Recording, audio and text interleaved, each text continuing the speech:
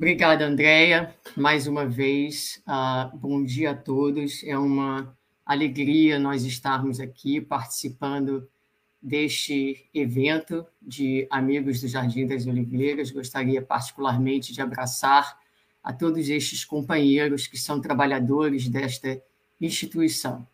E estamos, de fato, bastante alegres de estarmos fazendo parte deste evento do dia de hoje. O nosso tema, então, dividir com o Marcelo. Vou começar fazendo uma abordagem, primeiramente, do amor a si mesmo, e ele continuará estendendo essa abordagem para falar do amor aos inimigos. Bom, quando penso na mensagem de Jesus, duas palavras me vêm à mente que sintetizam a mensagem do Cristo.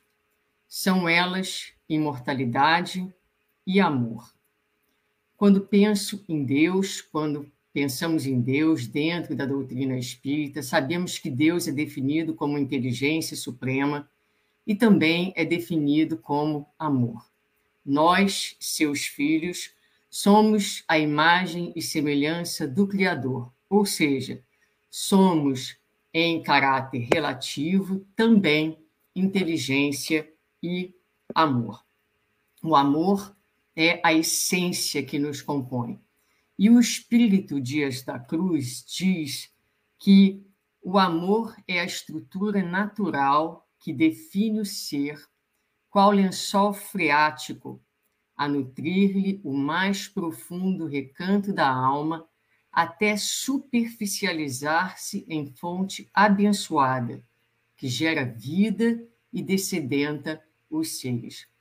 Ele vai continuar nos dizendo que o propósito de nossa existência é precisamente transformar o amor latente em amor potente, ou seja, este amor que se traduz em ações que vão curar, que vão vitalizar, que vão socorrer e dessedentar as criaturas.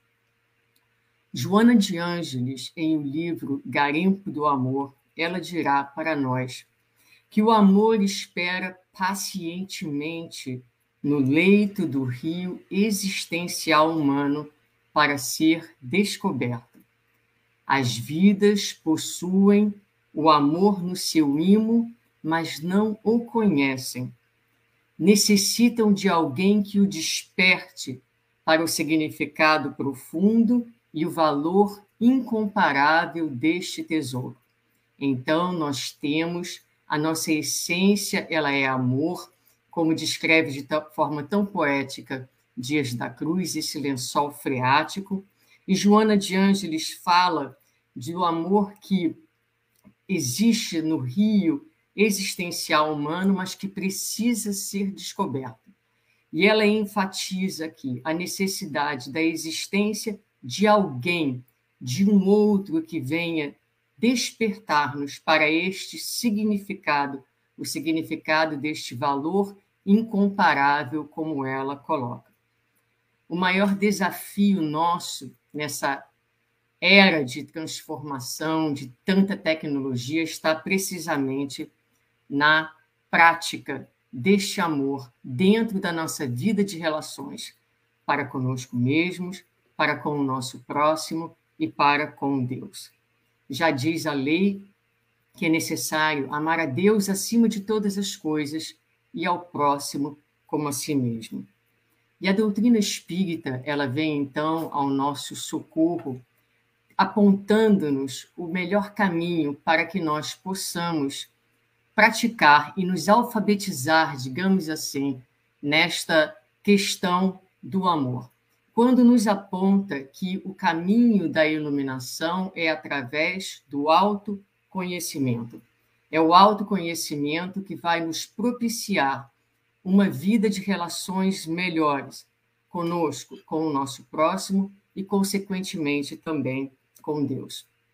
A proposta da doutrina espírita, ela muda radicalmente o paradigma que vimos vivendo até então, porque vivemos inicialmente no primarismo da nossa existência muito voltados para fora, observando o mundo externo, o que é natural, porque nas primeiras fases da nossa existência é necessário que nós entendamos o mundo em que vivemos, o mundo externo, onde fomos colocados. Mas na medida em que vamos, então, amadurecendo, nós começamos a perceber que este mundo externo, ele é, na verdade, muitas vezes interpretado e percebido de acordo com o nosso mundo interno. Nesse momento, o espírito, então, se dá conta de que é necessário ir para dentro, entender-se, conhecer-se, para melhor poder relacionar com o mundo onde ele vive. E o auto-amor, então, ele vai ser este veículo, ou quiçá este instrumento necessário e importante para que esta viagem para dentro de si mesmo possa ser engendrada de uma forma mais leve, sem tantos sofrimentos, muitas vezes sofrimentos desnecessários, que são causados quando viajamos para dentro de nós mesmos, na posição de juízes austeros, de juízes duros com relação à nossa própria humanidade, ao nosso próprio estado de evolução. O auto-amor, ele vai ser detonado. Essa viagem para dentro de si mesmo vai começar, então, como dissemos anteriormente, como Joana nos aponta, através da presença do outro em nossas vidas. O outro é essencial. Por quê? Porque o outro serve como um espelho. Ele vai, muitas vezes, nos mostrar aquilo que nós temos dificuldade de ver, de perceber a respeito de nós mesmos.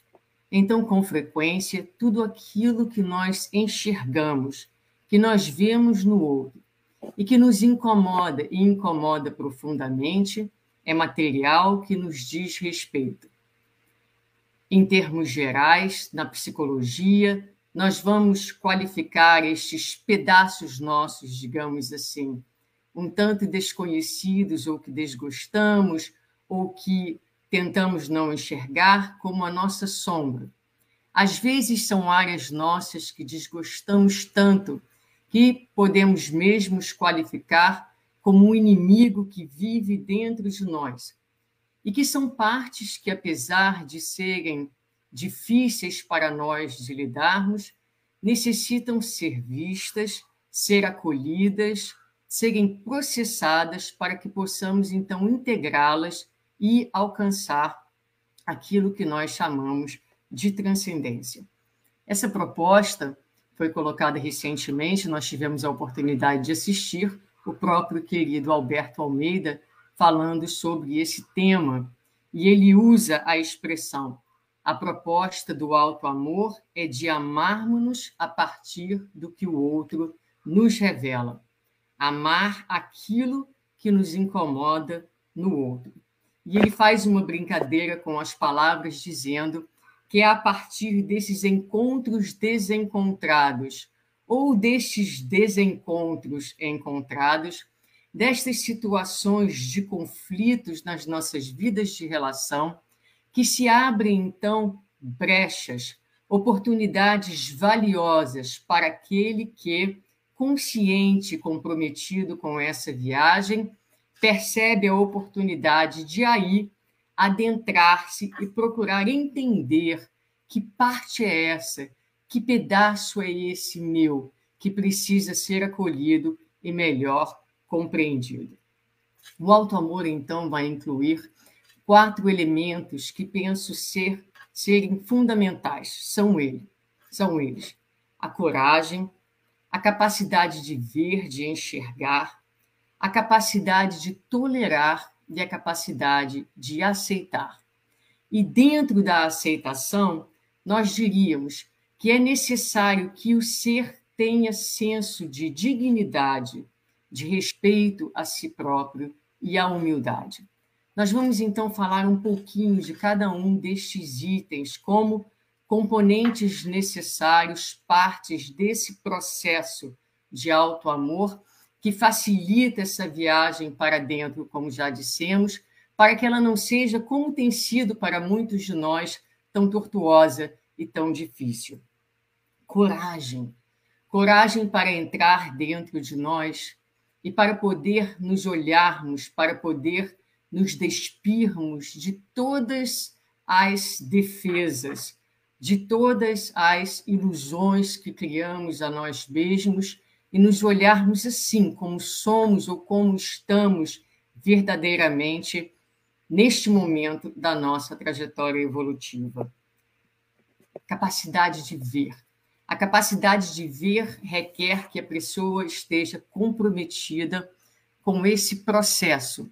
Ou seja, é preciso que em cada momento das nossas existências, em todas as circunstâncias relacionais, nós estejamos aptos e prontos para enxergar, para focarmos na trave que trazemos todos nós em nossas vistas, ao invés de continuar no paradigma antigo, focando sempre no argueiro do olho, no argueiro presente no outro. O argueiro é um sinalizador de que temos um trabalho a fazer portas adentro de nós mesmos. Depois que enxergamos, é necessário tolerar aquilo que enxergamos.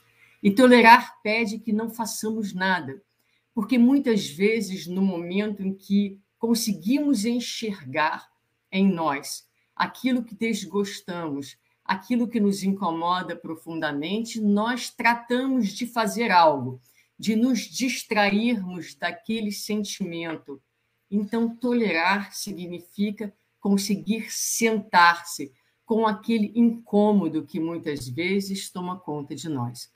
E permite passarmos, então, para o próximo passo, que é a aceitação. A aceitação, na aceitação está o início da transcendência que buscamos.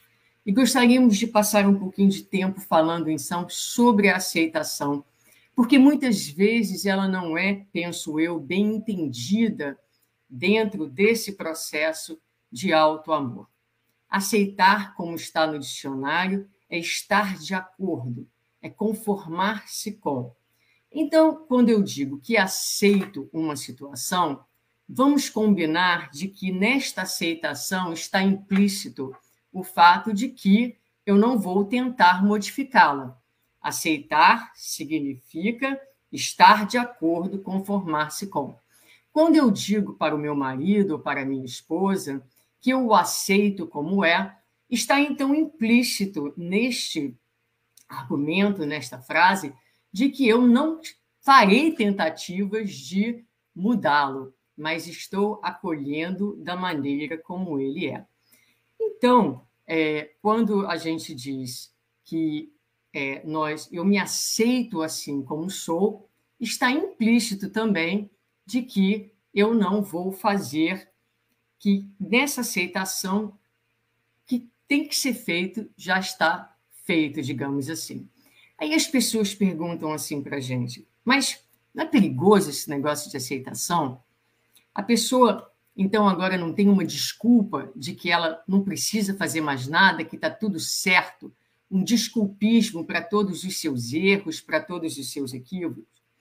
E quando as pessoas perguntam isso, elas, na verdade, eu penso que elas estejam falando de uma aceitação racional, uma aceitação rasa, digamos assim. Não uma aceitação verídica, porque quando nós aceitamos verdadeiramente quem nós somos, essa aceitação ela tem um componente emocional. É diferente eu dizer, eu sou muito orgulhoso. De eu sentir, eu sou muito orgulhoso. Então, quando eu sinto o meu orgulho, eu começo a identificar o meu orgulho nas minhas ações diárias, essa aceitação, essa consciência, ela gera naturalmente um certo incômodo, uma certa, eu gosto de pensar, me causa uma certa azia. É como se fosse assim um desconforto interno.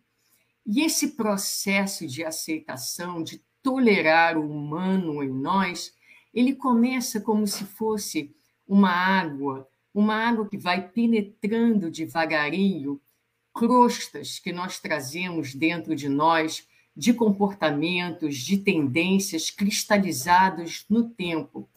É um processo emocional que vai promovendo a nutrição, que vai promovendo desfazer destas crostas, dessas placas sólidas que trazemos dentro de nós.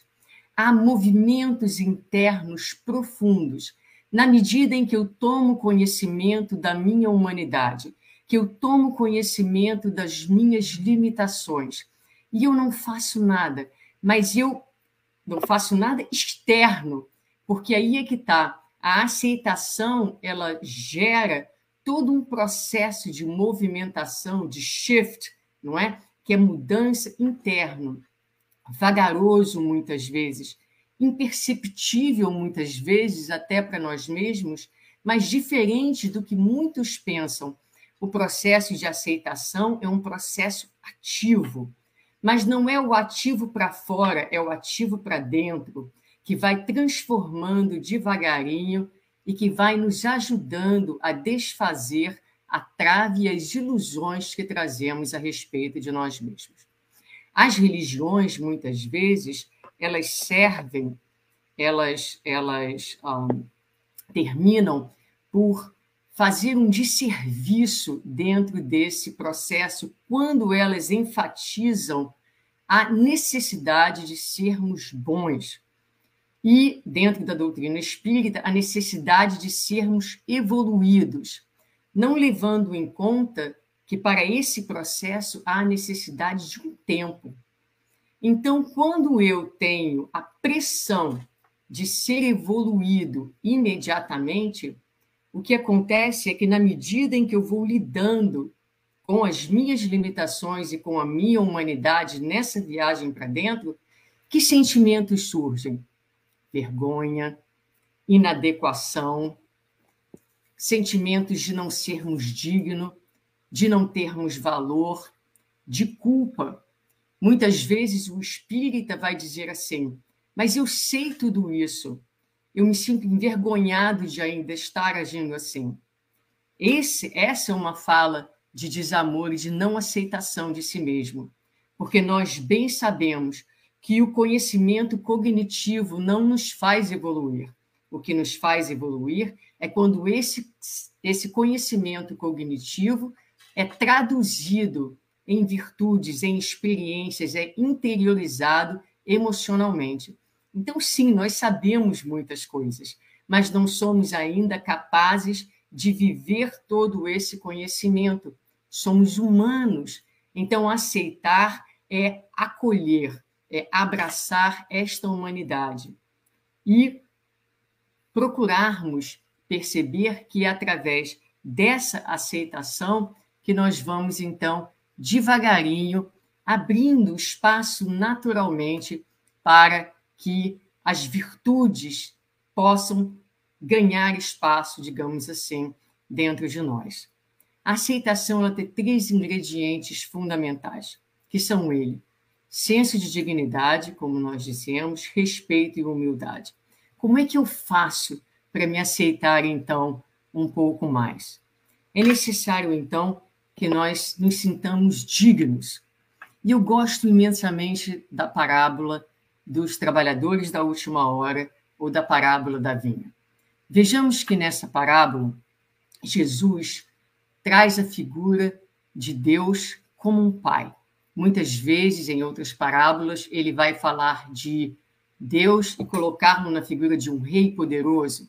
Mas aqui Jesus retrata Deus na figura de um pai de família, um pai que saiu várias vezes no transcorrer do dia para buscar trabalhadores para a sua vinha. Ele encontra os trabalhadores da primeira hora com o qual ele acerta um salário, o salário de um denário que era justo para aquele tempo. Qual a condição dos trabalhadores que ele vai encontrando no transcorrer das horas do dia? Os trabalhadores da primeira hora eram certamente trabalhadores que estavam, de alguma forma, prontos para entrar na vinha. Mas com estes, ele acerta um salário.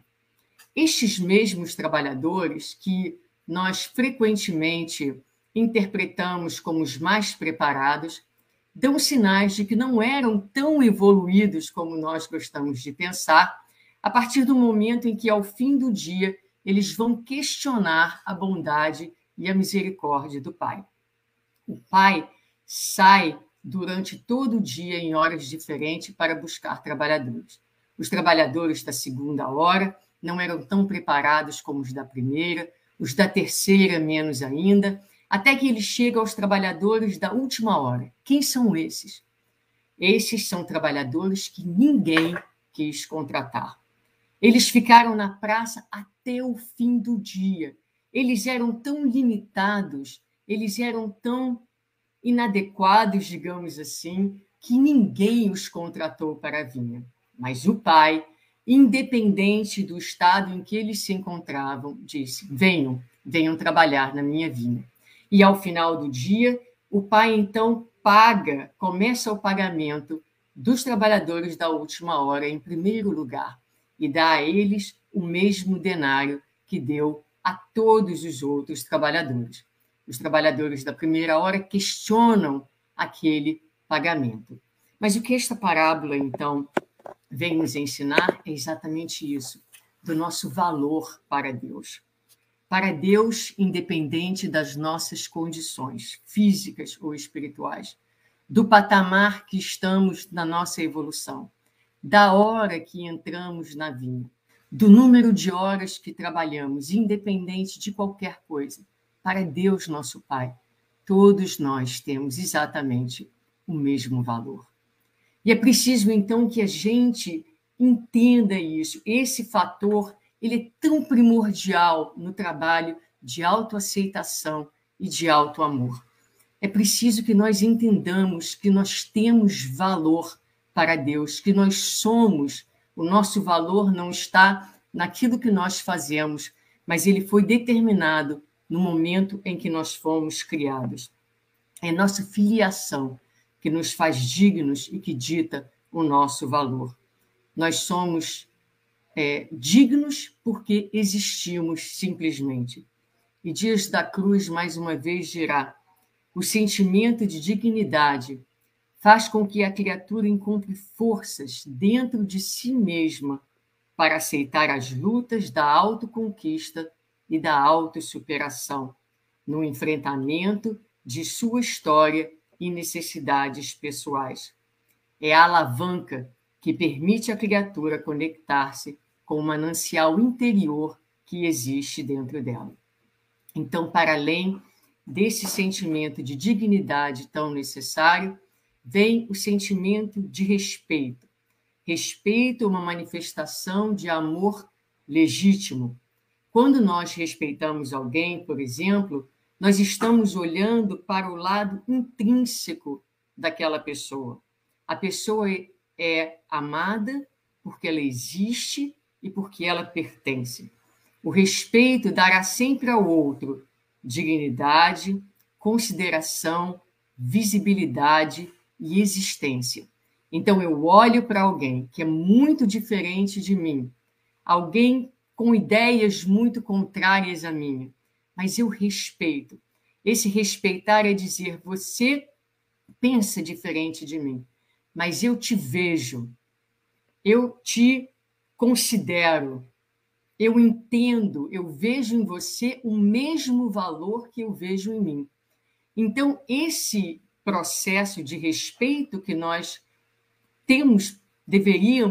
devemos buscar desenvolver com relação aos outros, é também importante que nós desenvolvamos com relação a nós mesmos, a quem nós somos na nossa totalidade, porque trazemos várias personalidades, trazemos várias partes que são resultados das muitas encarnações que nós tivemos e que precisamos olhar com respeito, porque se ainda não são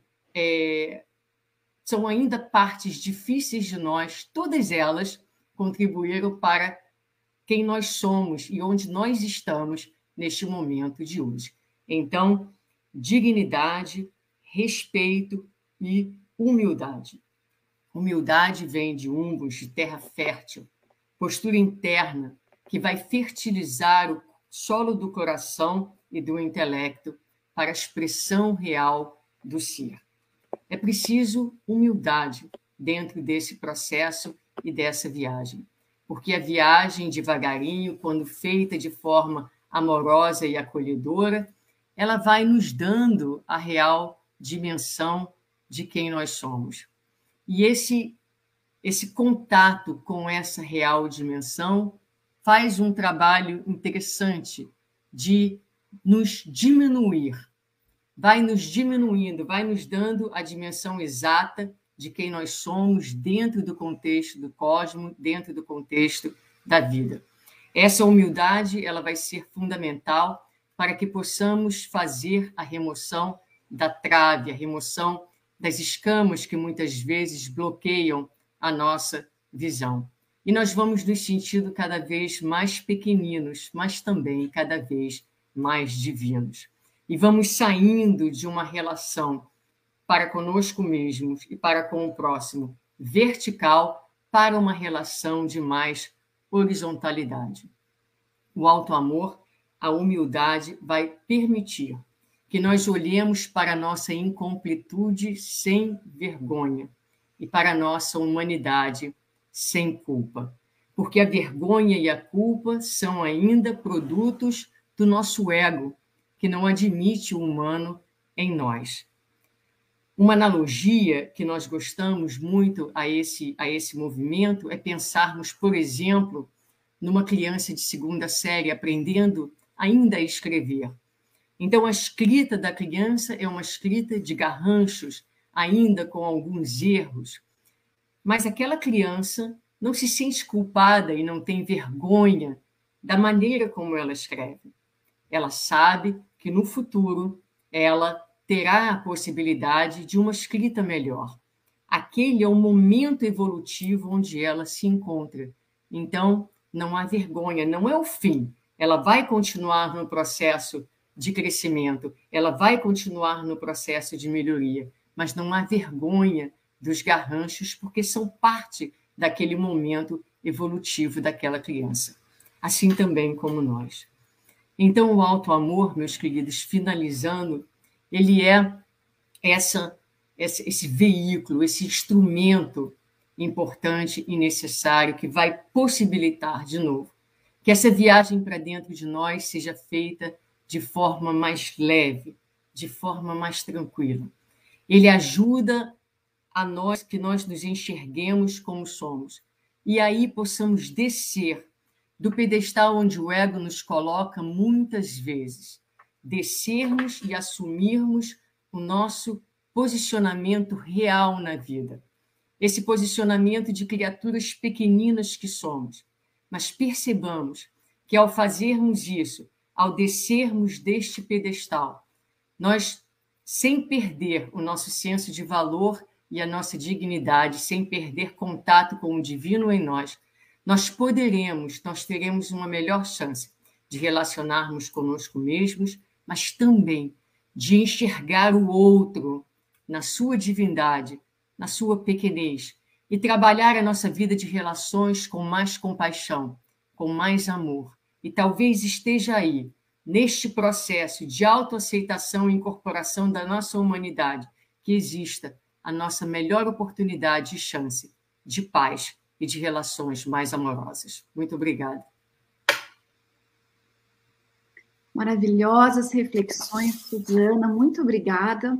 Para quem perguntou, de fato, nós estamos agora abordando o tema Jesus, do amor a si e aos inimigos. A Suzana acabou de trazer para nós o amor a si. E nós vamos convidar agora o Marcelo, que vai trazer o amor aos inimigos. Marcelo, a palavra é sua. Muito obrigado, Andréia. Muito obrigado a todos do 5º Encontro Amigos do Jardim das Oliveiras, nestes dias excepcionais de muitíssimas reflexões. Eu preferiria ficar aqui escutando estes 3 queridos que nos trouxeram reflexões extremamente profundas. E vou fazer aqui já um pedido a Papai do Céu. Na próxima reencarnação, Gostaria que a Sandra também fosse a minha evangelizadora, porque se fez isso com o nosso André, oh meu Deus, eu também quero isso. Suzaninha é a nossa querida companheira de trabalho nas tarefas aqui no estado da Flórida, na nossa casa espírita, e fiquei muito feliz, porque ela deu um mergulho neste ambiente íntimo, para que nós possamos nos reconhecer como verdadeiros e legítimos filhos do Pai, com potenciais inimagináveis ainda. Há uma fala no Evangelho de Mateus que faz um câmbio significativo em todos os postulados da lei antiga. Quando Jesus menciona: ouvistes o que foi dito, amareis ao vosso próximo e odiareis os vossos inimigos, o que está contido no passado, ele faz um câmbio profundo e diz: eu, porém, vos digo, amai os vossos inimigos, fazei o bem aos que vos odeiam e orai pelos que vos perseguem e caluniam, a fim de serdes filhos do vosso Pai, que está nos céus, e que faz se levantar o sol para os bons ou para os maus, e que chova sobre os justos e os injustos. A narrativa no Evangelho de Mateus segue com considerações extremamente importantes, e o Evangelho segundo o Espiritismo, mais particularmente no capítulo 12, nos traz uma outra narrativa no Evangelho de Lucas, nos trazendo a proposta do desafio para com os potenciais que se encontram dentro de cada um de nós. Se o amor ao próximo, como diz nosso querido Allan Kardec, constitui esse princípio da caridade para com os inimigos e a mais alta e sublime aplicação desse princípio, a virtude maior alcançada será quando nós vencermos-nos a nós mesmos, dando passos substanciais na direção da plenitude e conseguirmos amar aquele que nos agride, que tantas vezes somos nós mesmos, o inimigo tão desconhecido de nós mesmos. Kardec, ali naquele capítulo, número 12, faz uma abordagem com uma série de pontos. Amar os inimigos, é não guardar ódio, nem rancor, nem desejo de vingança, é perdoar-lhes sem segundas intenções, com total incondicionalidade ao mal que eles nos trazem, é não opor nenhum obstáculo às possibilidades de reconciliação. Enfim, faz uma lista, como se fosse uma espécie de uma receita, para que a gente possa, num passo a passo, empreender e nos executarmos este desiderato. Mas se nós pudéssemos, talvez, nos vincular a uma destas propostas que Allan Kardec nos traz nas considerações a respeito desta passagem do Evangelho de Mateus e do Evangelho de Lucas, talvez nós pudéssemos direcionar a nossa conversa neste que é talvez o ponto principal deste processo de nos desamarrarmos destas travas que nos impedem de dar os voos mais elevados. O processo do perdão, porque ele nos aconselha: perdoai aos vossos inimigos, perdoai a nós mesmos, que somos muitas vezes os nossos inimigos. E a gente, quando fala de perdão, porque está diretamente relacionado às questões desse processo de amor aos inimigos, na grande maioria das vezes, nós não temos ideia da real significação do que representa esta virtude, o perdão. Nós deturpamos a sua importância, muitas vezes caracterizando-a de uma forma demasiadamente transcendente, algo que seja talvez inacessível. E muitas vezes, no caminho oposto, nós a banalizamos como se fosse este ato do perdão algo muito fácil de ser conseguido. Tudo vai depender da forma como nós olhamos este movimento da alma na direção de amar ao próximo, de amar aos inimigos, este movimento de perdão. Olhar, então, que vai configurar o perdão como algo inatingível, lógico que vai o desumanizar. Susana nos falou muito a questão do auto-amor, das nossas limitações, mas não nos postando numa atitude de acomodação. Então, nós vamos perceber que o amor que se move dentro de cada um de nós e que nos convida ao desatar destas amarras, alcançando uma forma de perdão de acordo com as nossas capacidades, vão simplesmente vão nos trazer uma grande alegria quando nós resolvemos dar este passo na direção do perdão. Então, neste olhar, nesta perspectiva, quando fazemos esta análise muito rasa sobre este processo de perdoar, nós muitas vezes nos acomodamos e não damos os passos necessários para este processo de libertação. O perdão que a gente está falando aqui, na tentativa de amar aos nossos inimigos, ele vai exigir esforços na sua concretização e esforços capazes de propiciar a todos nós um crescimento real, não aquele simplesmente dos lábios. Susana falou muito destes processos, deste alto amor, deste processo de reconhecimento da pequenez que ainda, no movimento, desta pequenez que ainda nos encontramos, mas não nos detendo nestes momentos, nestes pontos. Então, nosso querido Alberto Almeida, numa obra que eu recomendo que seja comprada, O Perdão como Caminho, o Caminho para o Perdão, vai nos trazer numa determinada passagem, num dos capítulos que não me recordo, que o perdão é antes uma viagem, é uma espécie de trajetória, não é um ponto de chegada. Lógico que ele pode ser pontual, pode ser um evento, mas é um hábito de caminhar pela vida.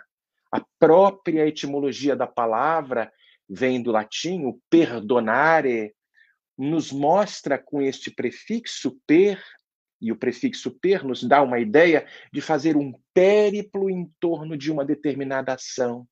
E o donare, o doar, fazer um périplo em torno da ação de nos doarmos um pouco mais de entrega, um pouco mais de dedicação, esticar um pouco mais os laços da amorosidade que se encontram dentro de cada um de nós. Perdoar os inimigos, então, é sermos desafiados a este amor misericórdia, neste exercício de doação constante que já está incutido desde os primórdios, mas que se torna cada vez mais presente quando nós assumimos a postura de conscientes diante dos desafios. E para chegarmos a esta posição, lógico que vai ser necessário tempo, um certo esforço, sem dúvida. Quando Jesus nos traz, mais uma vez, nos evangelhos de Mateus e Lucas, nos mesmos capítulos, no capítulo 5 e no capítulo 6 para Lucas e de 5 para Mateus, quando ele fala, quem te convidar para caminhar 1 milha, 1 quilômetro, seja lá a unidade de distância, estenda, vá com ele 2 milhas, ou seja, estende um pouquinho mais. Quem te houver tirado o manto, oferta a túnica também. Ele nos está falando para irmos um pouco além, nesta proposta de nos doarmos um pouco mais. É o perdonare, amar além do que nos foi requisitado, para cobrirmos uma demanda que nos foi apresentada. Doar mais amor do que é solicitado. E é muito natural que esta caminhada, para ser concluída, como falamos, pode demorar um certo tempo. Para alguns é 1 minuto, Aqueles que perdoam rapidamente, alguns demoram um dia, às vezes uma semana, um mês, às vezes décadas, às vezes tantas vidas. Nós estamos escravizados, acrisolados nestas situações que nos colocam amarrados às circunstâncias que não caracterizam a nossa essência. No Evangelho de Mateus, mais uma vez, a narrativa de nosso Senhor que nos propõe para que este processo de reconciliação aconteça com o nosso adversário, com o nosso inimigo, seja lá qual for a tradução que estejamos lendo, o mais rápido possível, enquanto estamos no caminho com ele, para que não aconteça o quê? Para que este adversário não nos entregue ao juiz, à nossa própria consciência, e este juiz, a nossa consciência, clame por uma nova oportunidade nos processos reencarnatórios que já deveriam ter terminado há tanto tempo, mas parece que nós estamos atrasados. Mas tudo tem um tempo. Suzana falou da criança com garrancho, e nesses processos, nos primeiros estágios das escolas, não tendo vergonha de estar ali naqueles momentos, ter a coragem de viver e vencer-se. E aí Jesus vai e fala: em verdade vos digo que de maneira nenhuma sairemos destes ciclos reencarnatórios. Ele não fala dessa forma. Estou fazendo uma pequena adaptação. Enquanto nós não pagarmos o último dinheiro, o último ceitil, as últimas promissórias com a nossa própria consciência. Pois a lei de Deus ali está, escrita, esculpida. Se nós pudéssemos, talvez, resumir, o perdão, lógico que não é para os arcanjos. Eles já se iluminaram através desta proposta de amor. Perdão é para todos nós, que estamos neste caminho de crescimento, para aprender a amar um pouco mais, para esticar um pouco mais o elástico da amorosidade e estes processos de reconciliação com os nossos adversários, com os nossos inimigos, possa se dar com uma beleza que nos caracteriza a essência. Perdão não é uma atitude de aparência, cunhada talvez por aquelas palavras belas. Muitas vezes a gente fala isso querendo ganhar os mais belos elogios. De jeito nenhum. O perdão, este processo de caminharmos da direção do inimigo, do adversário, é um compromisso com a nossa própria consciência. Porque quem verdadeiramente se ama, e eu estou aqui lembrando do que Suzana falou, quem verdadeiramente se ama, deseja se libertar do passado, das amarras que nos seguraram até os dias de hoje, na retaguarda da existência. E aí a gente percebe no Evangelho de João, quando Jesus nos fala no capítulo 16, no versículo 33, venho aqui para trazer uma paz diferenciada para todos vocês.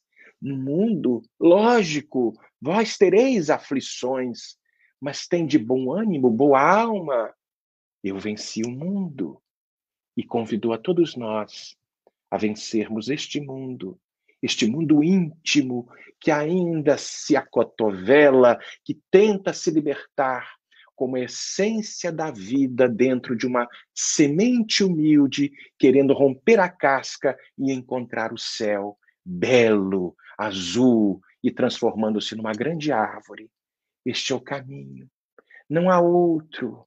Então, temos, sem dúvida, que assumir as responsabilidades dos nossos erros, reparando o próprio Código Penal da Vida Futura, nos traz ali no livro O Céu e o Inferno, mostrando que há esta necessidade.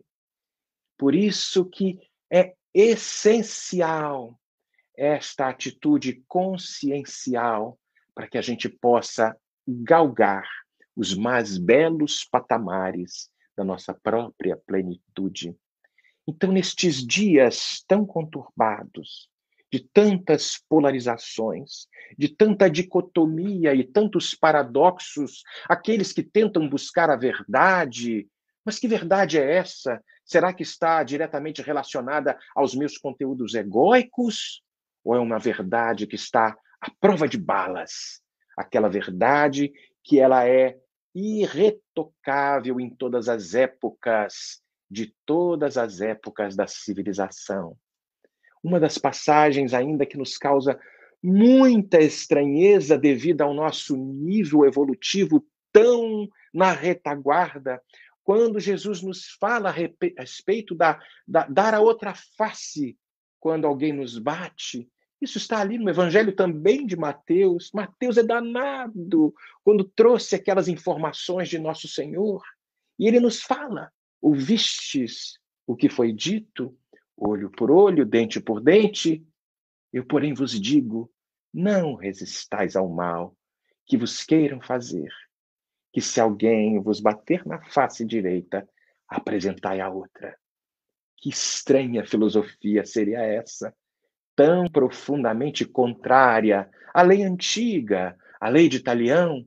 Como é que pode alguém, aquele que recebe uma bofetada na face direita, apresentar à esquerda ao agressor? Porque tão estranhos comandos de conformismo e renúncia Jesus nos dá esse tipo de instrução? As leis divinas são muito sábias e perfeitas. Ao descer até nós, o Divino Mestre nos trouxe a mensagem de uma verdade que é atemporal, o amor com A maiúsculo, o amor ágape. Ele mesmo, ele próprio dizia que não veio destruir a lei, o decálogo, não a lei civil, mas fazê-la cumprir-se. E aí a gente vai perceber que, desta forma, não se alterariam a substância dos postulados kármicos de maneira alguma, mas ficariam eles, estes mesmos postulados kármicos, esvaziados do seu conteúdo de inexorabilidade, para que pudessem adquirir um colorido diferenciado, um colorido de reparação. E aí a gente lembra de Pedro, naquela primeira epístola: o amor cobre uma multidão de pecados. E Jesus, então, nos ensinava que para quebrar estes ciclos que nos convidam mais uma vez a assumirmos uma nova experiência na carne, só há uma atitude: o amor. E através deste amor, o inimigo perde a sua qualificação de nosso adversário. Ele passa a ser o nosso instrutor. O adversário identifica os nossos erros, impelindo-nos a suprimir a parte menos desejável das nossas vidas neste exame profícuo e profundo das nossas existências. O inimigo, então, nos aponta a extensão da obra que nos compete realizar, porque ele vai medir as nossas resistências, a nossa capacidade de estender um pouco mais este amor que está ali, em estágios diferenciados, dependendo de cada um e da vontade que empreende para este processo de autossuperação. Jesus, então, coloca tão alto este conceito e a prática do amor entre as criaturas, que fez disso o tema principal de toda a sua inigualável pregação. E a passagem do Mestre entre nós, com o poder de síntese de acuidade inigualável, de que só ele era dotado no mais alto grau, nos deixou toda a sabedoria da vida, simplesmente nos dizendo: amai-vos uns aos outros como eu vos amei. Mas ele vai além e nos fala: amai os vossos inimigos, fazei o bem aos que vos odeiam e orai aos que vos perseguem e caluniam, a fim de serdes filhos do vosso Pai, que está nos céus, e que faz se levante o sol para os bons e para os maus, e que chova sobre os justos e os injustos. Estava então, Mestre, nos oferecendo a cada um de nós os recursos necessários para que nós mesmos nos libertássemos das imposições do olho por olho e dente por dente. O que nós deveríamos fazer então? Bastaríamos amar. São tantos estes preconceitos do mundo sobre o que nós convencionamos como ponto de honra. Estes preconceitos que produzem essas suscetibilidades que são, na verdade, as filhas do orgulho, as filhas da exaltação, exaltação da personalidade.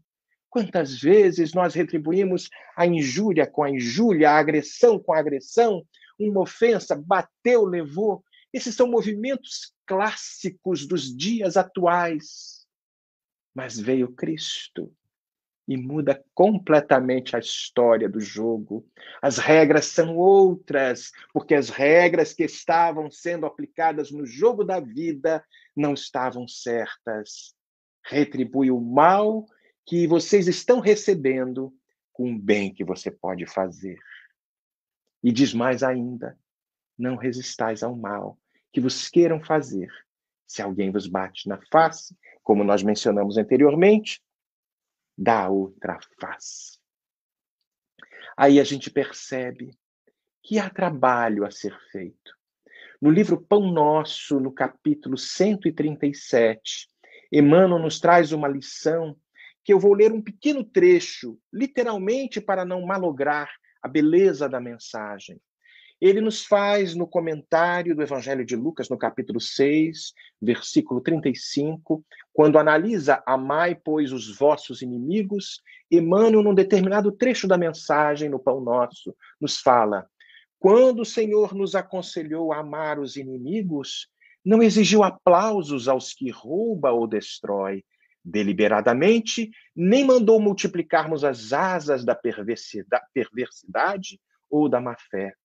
Recomendou realmente auxiliarmos os mais cruéis. No entanto, não com a aprovação indébita, e sim com a disposição sincera e fraternal de ajudá-los a se reerguerem para a senda divina através da paciência, do recurso construtivo ou do trabalho restaurador. O Mestre, acima de tudo, preocupou-se em preservar-nos contra o veneno do ódio, evitando-nos a queda em disputas inferiores, inúteis ou desastrosas. Ama, então, de forma até que este amor rasgue as entranhas da casca da semente que ainda se encontra dentro de todos nós. Eu me lembro de uma passagem do livro Obras Póstumas, quando Kardec nos traz a mensagem no dia 12 de junho de 1856, numa casa, a médium, na casa do senhor C. Estou desconfiado que era o senhor Carlotti. E a médium, a senhorita Aline C. Também estou desconfiado que era a senhorita Aline Carlotti. Quando fala da missão, e o Espírito de Verdade, ele vem trazendo algumas ponderações, trazendo as dificuldades que ele enfrentaria, trazendo os desgostos, as situações periclitantes que o convidariam a desistir e a falir. Passam-se 10 anos. E Allan Kardec, numa nota, no dia 1º de janeiro de 1867, 10 anos e meio depois, nos traz algumas considerações que eu também vou ler para não perder a beleza da mensagem. E ele, trazendo os dramas que ocorreram, as situações onde os inimigos encarnados e desencarnados se acotovelavam para retirá-lo da senda do bem e impedi-lo de codificar as mensagens que hoje nos deliciamos e que nos libertam da nossa própria ignorância, bem no finalzinho da mensagem, desta nota que ele traz no dia 1º de janeiro de 1867, ele nos fala: quanto não seria, pois, a minha ingratidão se eu me queixasse? Se dissesse que há uma compensação entre o bem e o mal, não estaria com a verdade. Porquanto o bem, entendo as satisfações morais, superaram muito sobre o mal.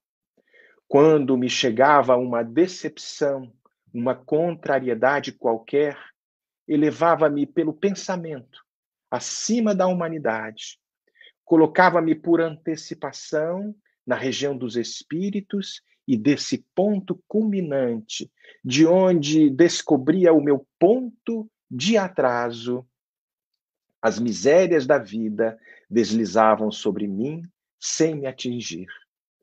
Fizera-me disso um hábito que os gritos dos maus nunca mais me perturbaram. Kardec nos convida.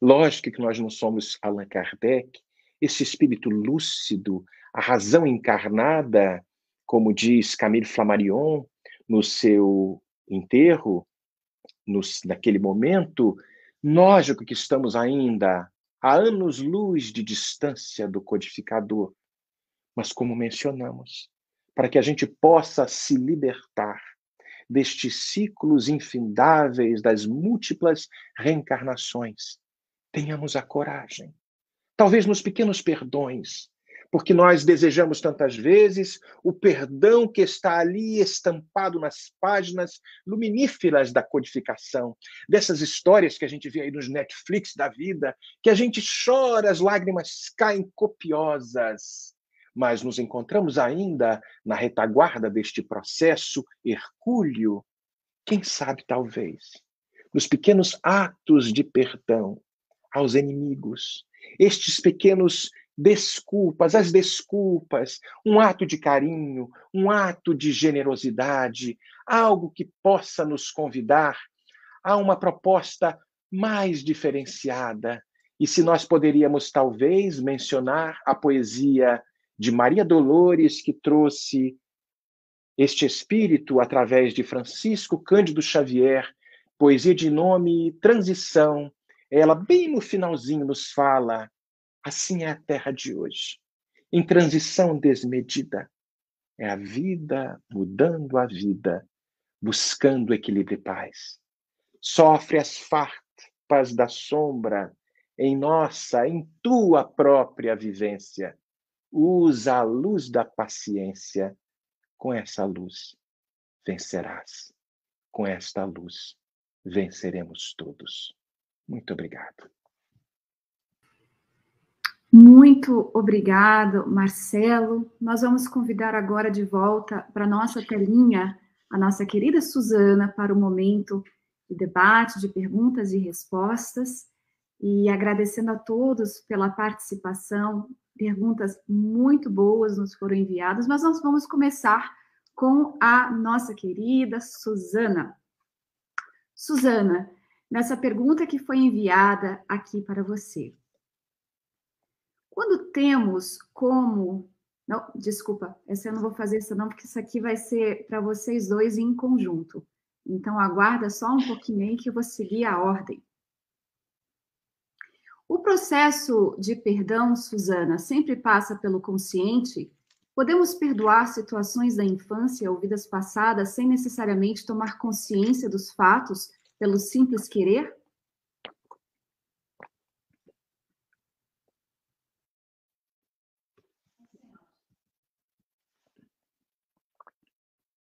Desculpa.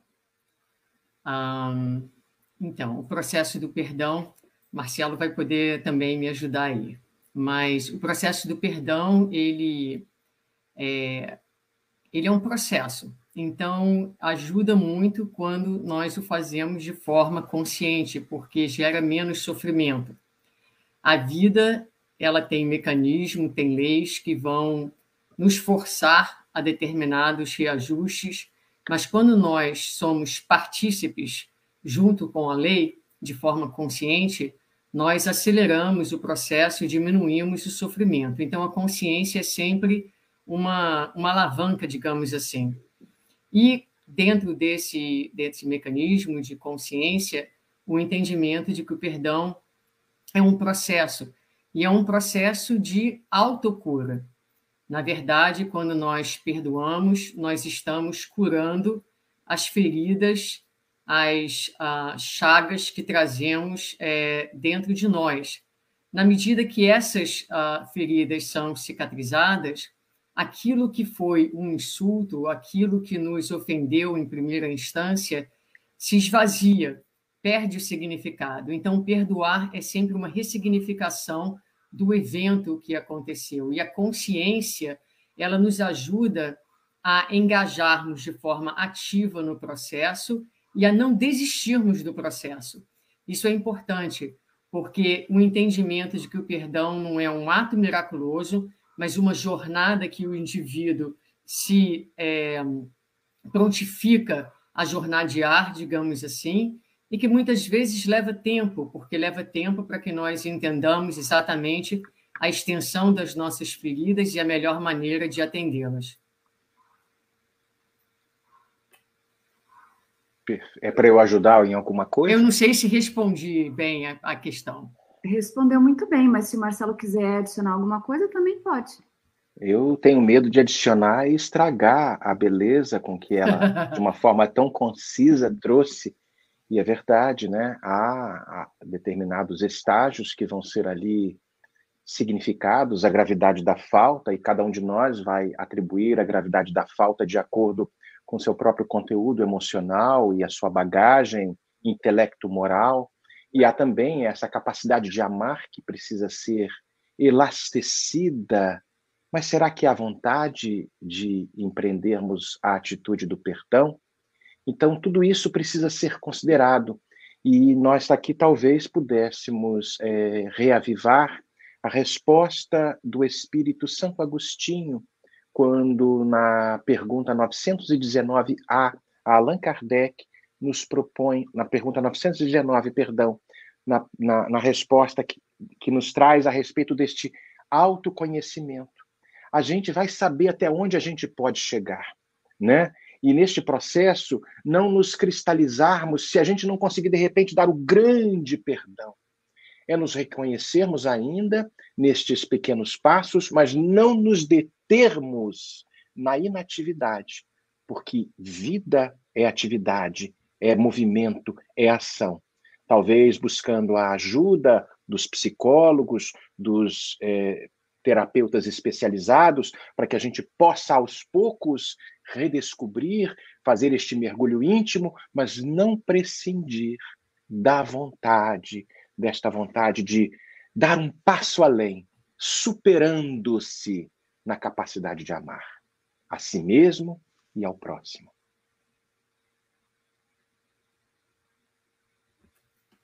Vou aproveitar que você está na tela principal, Marcelo, e vamos tentar responder uma pergunta da minha xará Andréia, que trouxe para nós a questão das leis divinas estarem em nossas consciências.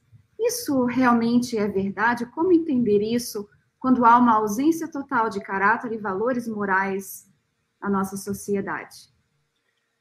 Definitivamente, as leis divinas estão dentro da nossa consciência. Estão dentro de cada situação, de cada circunstância. No finalzinho da resposta à pergunta 540 do Livro dos Espíritos, nós vamos perceber que os Espíritos nos trazem a Kardec uma ideia de sequência, do átomo primitivo ao arcanjo mais belo. Tudo se encaminha, tudo se encadeia na humanidade, no universo, do átomo que um dia será o anjo e do anjo que um dia foi o átomo, nos mostrando que estes conteúdos das leis divinas encontram-se nas mínimas, do micro ao macro, mas há um processo de crescimento, há um processo de desabrochar. Nós falamos aqui da questão da semente. Quem é que pode imaginar que numa semente pequenininha encontra-se uma árvore frondosa? Nenhum de nós pode imaginar quando a gente pega aquela sementinha e Jesus fala muito da mostarda, do grão de mostarda.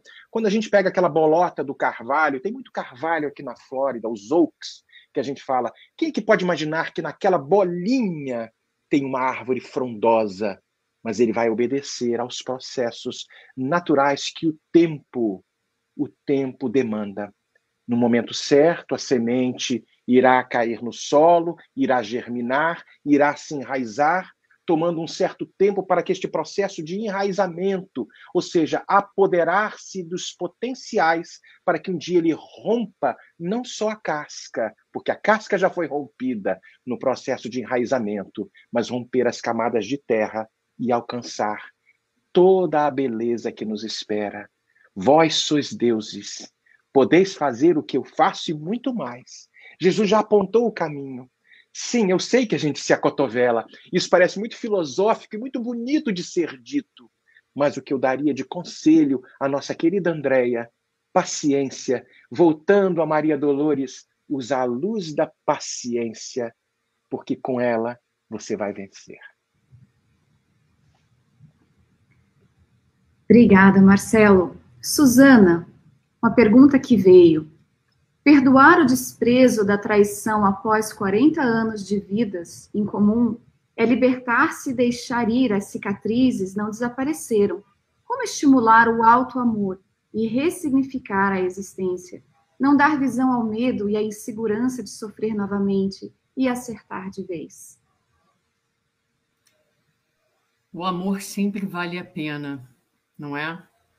Como Dias da Cruz também falou, e Joana também, esse manancial que nós temos dentro de nós e que precisa ser descoberto, precisa ser desenvolvido.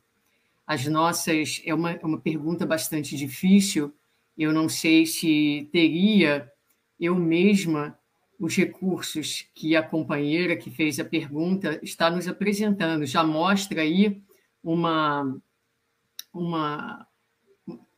o ato de amor, na verdade, quando nós amamos alguém verdadeiramente, nós queremos ver aquela pessoa feliz.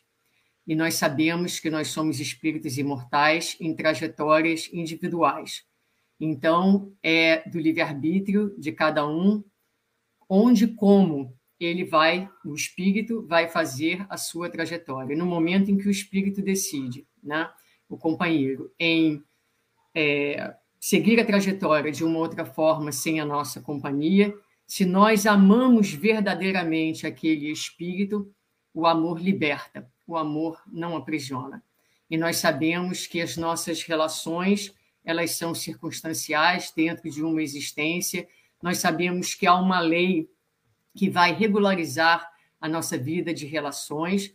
Então, essa ideia da libertação já é uma ideia bastante bacana, eu penso, porque já denota um entendimento do que seja o verdadeiro amor. Quem ama quer ver o outro feliz, não é? E, às vezes, as criaturas vão fazer para si mesmas escolhas que não são as melhores. Mas quem de nós não faz escolhas infelizes para si mesmo? Não é este o denominador comum da nossa existência. Então, é preciso, nessa hora, buscar o processo do perdão, da libertação e entender e procurarmos integrar na nossa vida que a nossa felicidade, ela depende de nós, ela está em nós. Não nos é favorável colocar a nossa felicidade em ninguém. Seja esse alguém o nosso companheiro, seja esse alguém o nosso filho, porque nem nossos filhos são nossos filhos, eles são filhos da vida, que um dia retornaremos ao Criador, à própria existência. Então, o significado da nossa vida tem que estar em nós. As razões de felicidade da nossa existência têm que estar no nosso viver, no nosso fazer. É preciso, dentro do processo de auto-amor, que é absolutamente possível, apesar da dor natural e esperada que todos sentiriam dentro de um processo de traição. É algo que eu não me sinto nem capaz de falar, não gosto de falar de coisas que eu não sinto nesse momento, porque me sinto incapacitada de falar da dor alheia. mas dentro da doutrina e dentro da nossa vivência, a gente pode dizer com certeza de que é possível se recuperar e de que é possível, na ativação do alto amor, ressignificar a sua vida, a sua existência, o seu dia a dia, preenchendo com o amor que vem de você, amor de você por você mesma, por quem você é, pelas suas conquistas, por todas as bênçãos que a vida te oferece, e seguir vivendo feliz, com esperança e construindo, fazendo novas construções, sem jamais, jamais desistir do amor, porque o amor é a própria razão da vida. Nós fomos um dia criados por amor, Deus, no seu amor, pensou em você e te criou. Fez você amor, para que você um dia seja a expressão incondicional do amor. Então, não importa como nós pensemos a vida é amor e não há felicidade fora do amor. Jamais desista dele. Maravilha, maravilha. Marcelo, uma pergunta aqui do Walter Paiva. Conheceis a verdade e ela vos libertará. O verdadeiro perdão ao próximo, assim como o auto-perdão, sem o conhecimento de que somos seres espirituais em aprendizagem e que estamos todos juntos nessa caminhada, torna esse processo mais difícil ou impossível? Lógico, Walter, eu quero crer que quanto mais estamos despertos para a vida verdadeira, mais aceitável será este processo de perdão. Se nas horas de provação que muitos de nós experimentamos, se nós soubéssemos observar os trabalhos internos que se dão dentro da alma, esta ação misteriosa que as dores nos provocam, nesse nosso eu profundo, na nossa consciência, nós compreenderíamos melhor a sua sublime ação educativa, este processo de aperfeiçoamento.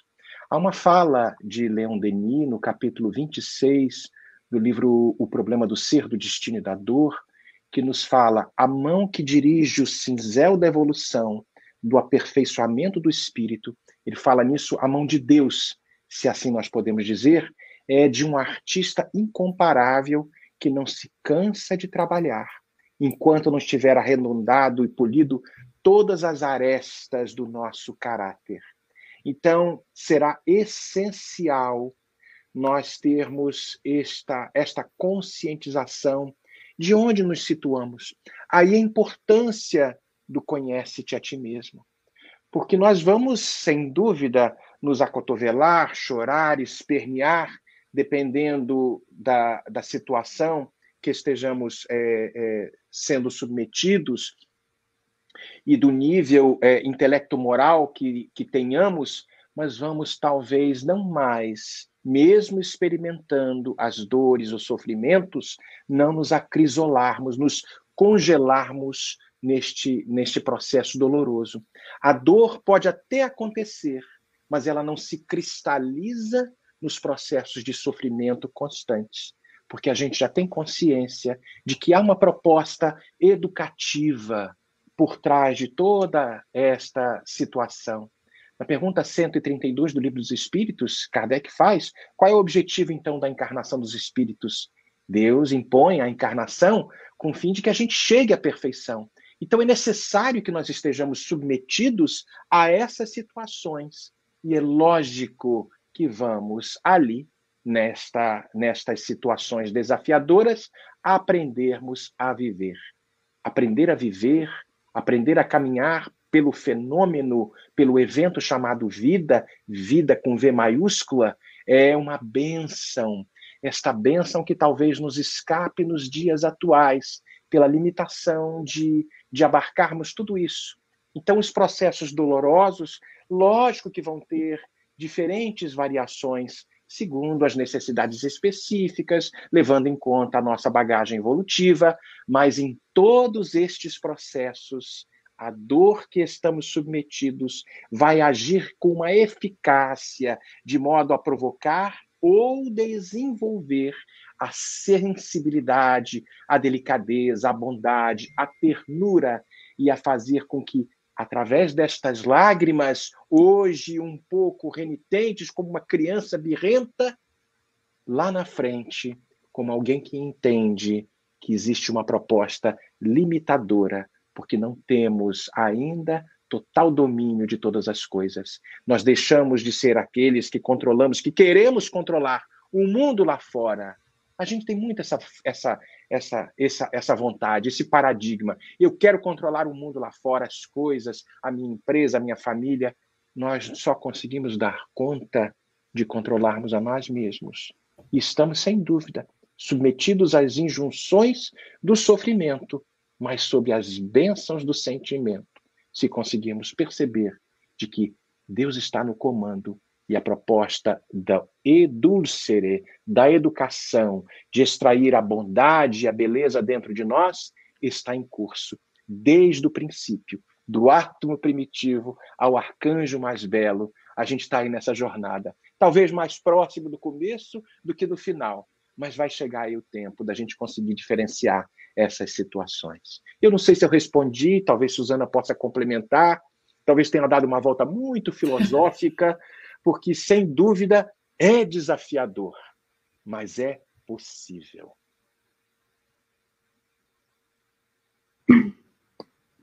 Suzana, quer complementar ou partimos para a próxima? Não, vamos para a próxima. Vamos lá. Como trabalhar as nossas culpas, responsabilidades, quando tínhamos noção do erro praticado, mas foi praticado mesmo assim? Isso é péssimo, né? Ai, ai. Olha, eu vi essa pergunta, porque foi uma das primeiras perguntas que foi colocada. E caminhei até os meus livros, porque há um capítulo no livro Seja Feliz Hoje, a Joana de Ângeles, psicografia de Valdo Franco, capítulo 27, intitulado Sorrisos e Angústias.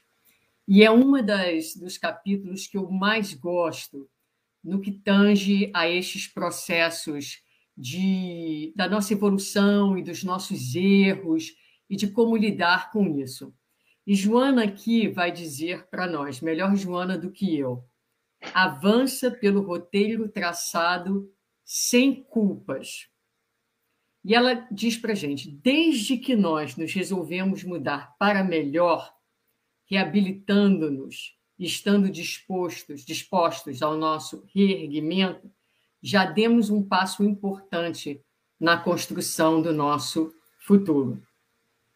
E ela termina dizendo assim, ergue-te, pois, alma desolada, saindo do alçapão em que tombaste e recomeça 1000 vezes a sua trajetória. Errarás ainda muitas vezes, a fim de acertares com segurança a melhor maneira de conduzir-te pela trilha da autoiluminação. Eu amo isso. Amo e repito e coloco nas minhas palestras. Por quê?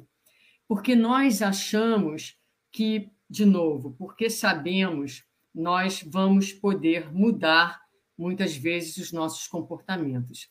Mas o que nós esquecemos é que por trás dos nossos comportamentos, os nossos comportamentos, eles são exteriorizações dos componentes emocionais que nós trazemos dentro de nós.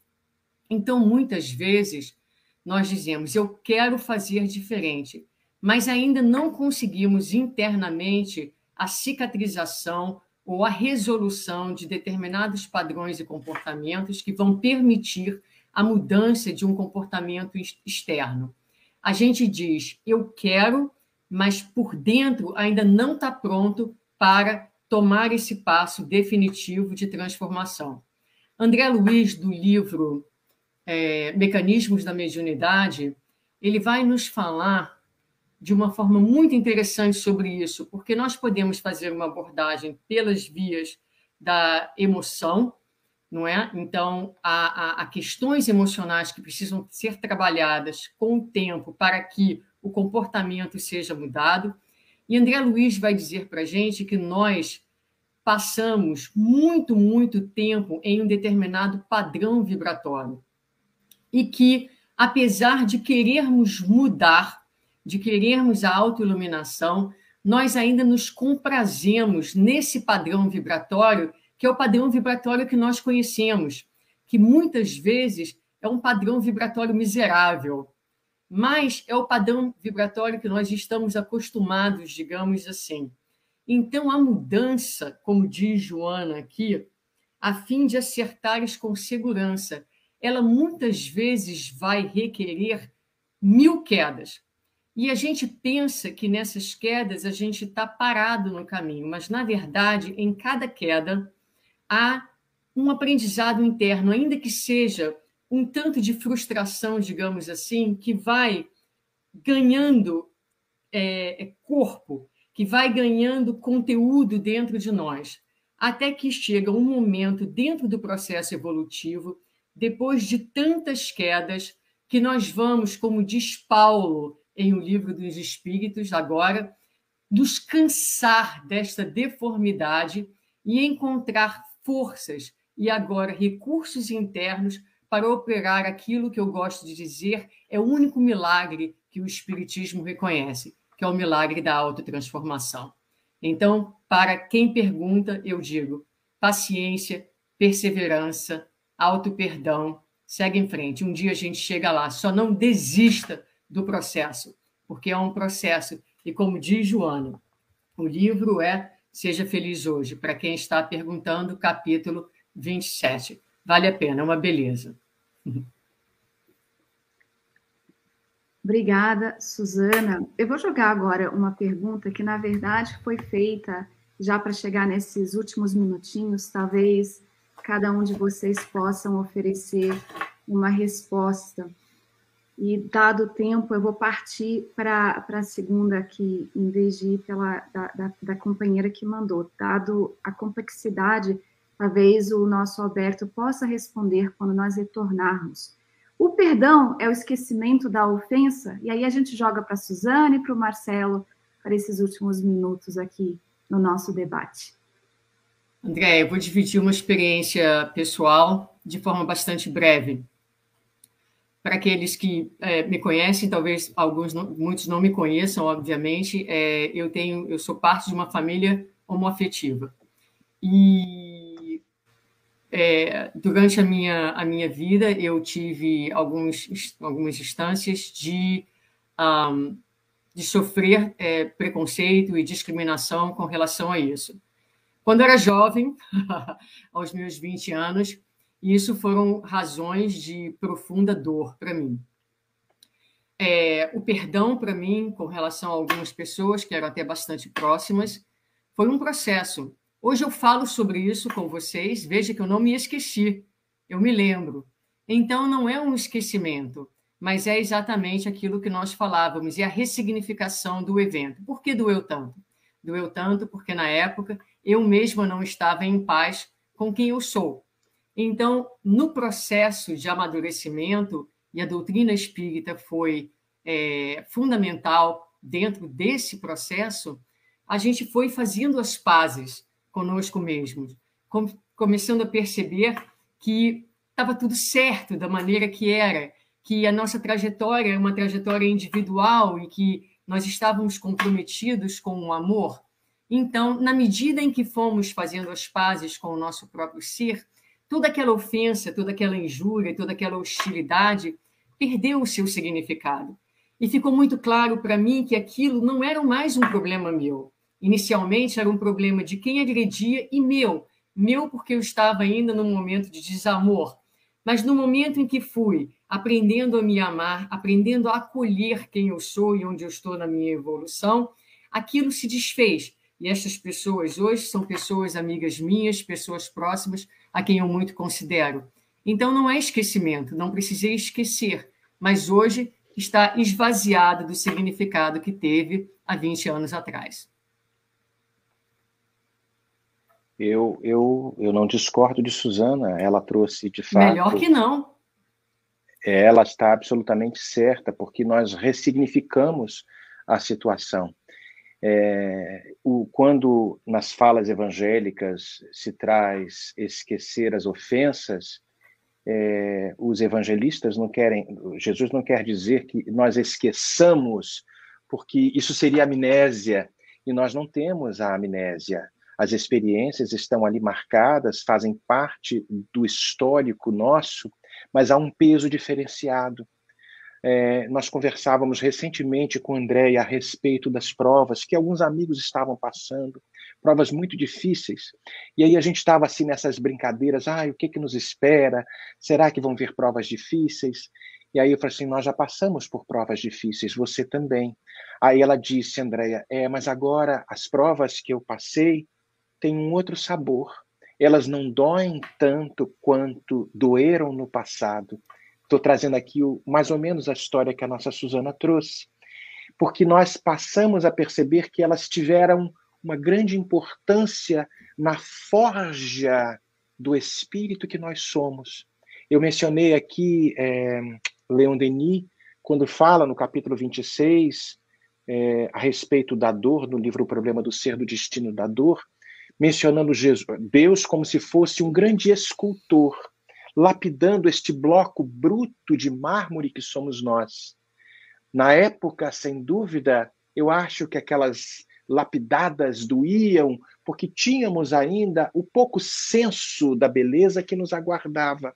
Agora, mais lúcidos, mais esclarecidos, percebemos que isto faz parte de um processo de aprimoramento da nossa própria personalidade, fundindo-a com o nosso self, com o nosso eu profundo. Eu gosto muito de Leon Denis, se a gente mergulha um pouquinho nesta obra belíssima, no capítulo 27, se eu não estou enganado, As Revelações pela Dor, nós vamos perceber que existe uma proposta. Papai do céu não quer o sofrimento, não quer a dor. Lógico que não.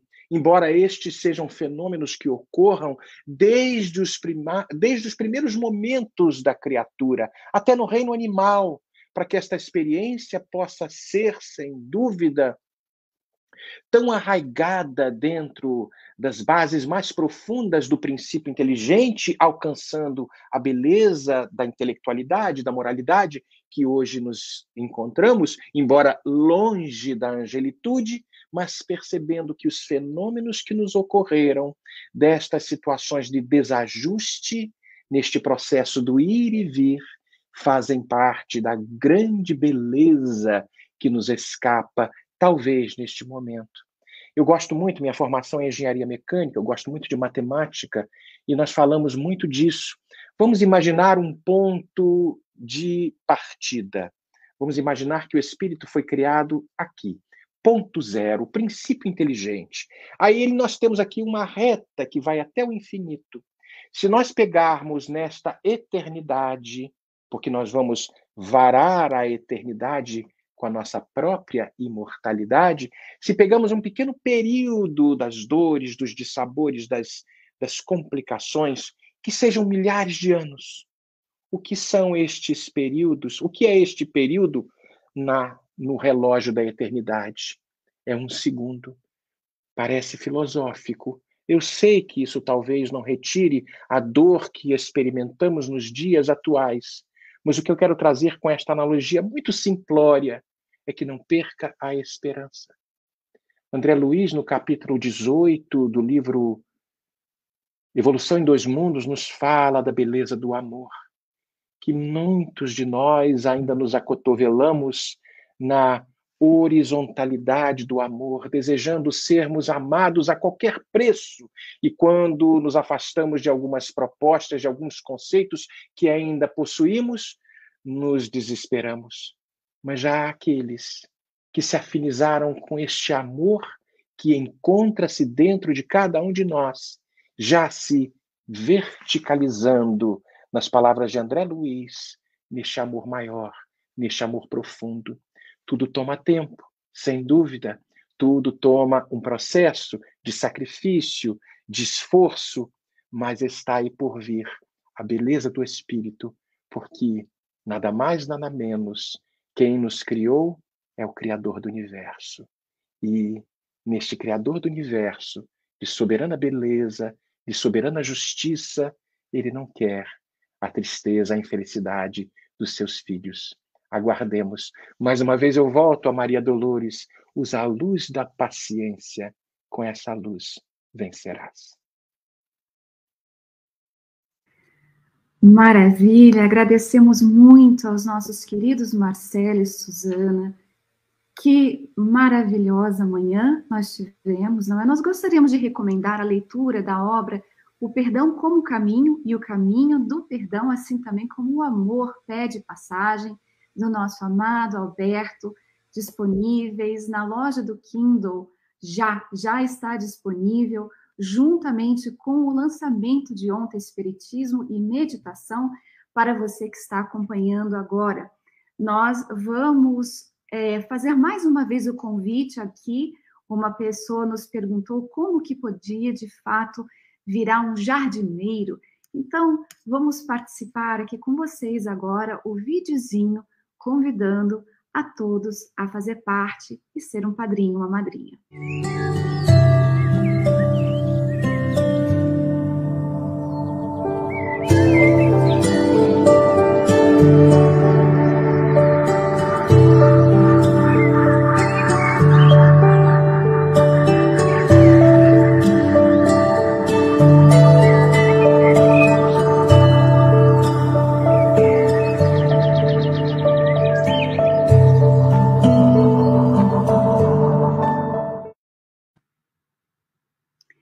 E aqui está também o código QR para quem quiser apontar a câmerazinha do telefone, vai ser automaticamente redirecionado para poder receber as informações e ler. Participa também, dá uma viajadinha pelo website da Jardineiro Net.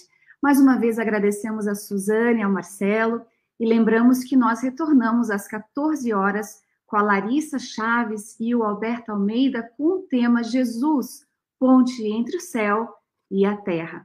Até lá, boa tarde, gratidão a todos.